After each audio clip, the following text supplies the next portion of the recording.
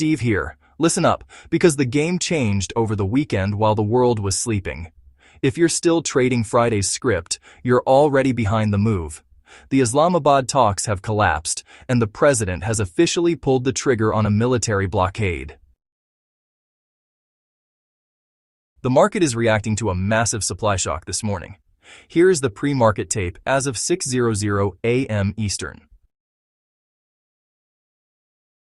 S&P 500, SPX, 6X, 816, down 89. Softening a 0.11%. Brent crude, BZ 102.15. Explosive, plus 7.30%.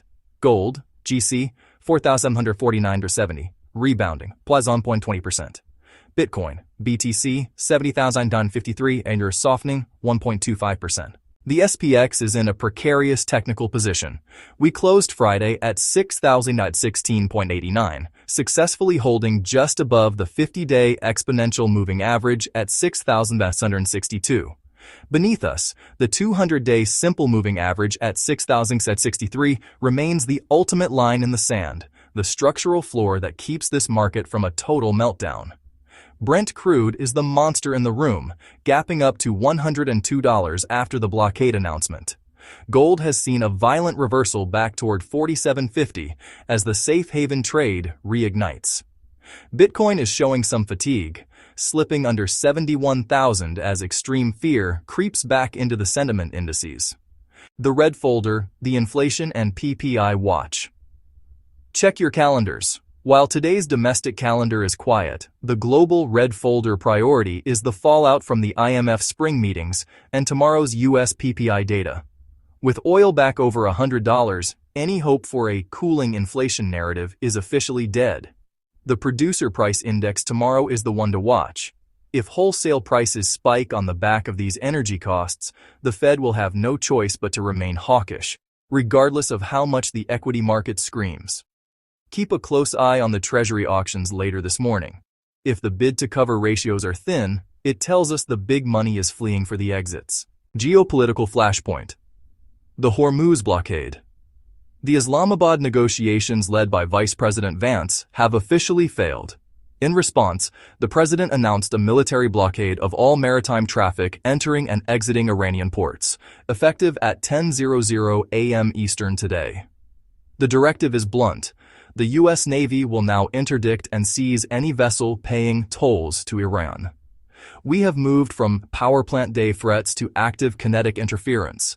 Iran's military advisors have already stated they will not allow such an embargo, raising the prospect of a war now entering its seventh week, widening significantly. This is no longer a tactical pause. It is a full-scale maritime showdown. Sentiment analysis: bullish versus bearish. The bearish case. The ceasefire was a mirage. With the blockade now in effect, 5 million barrels of oil a day are permanently at risk. Technically, the SPX is clinging to its 50-day EMA, but breadth is non-existent.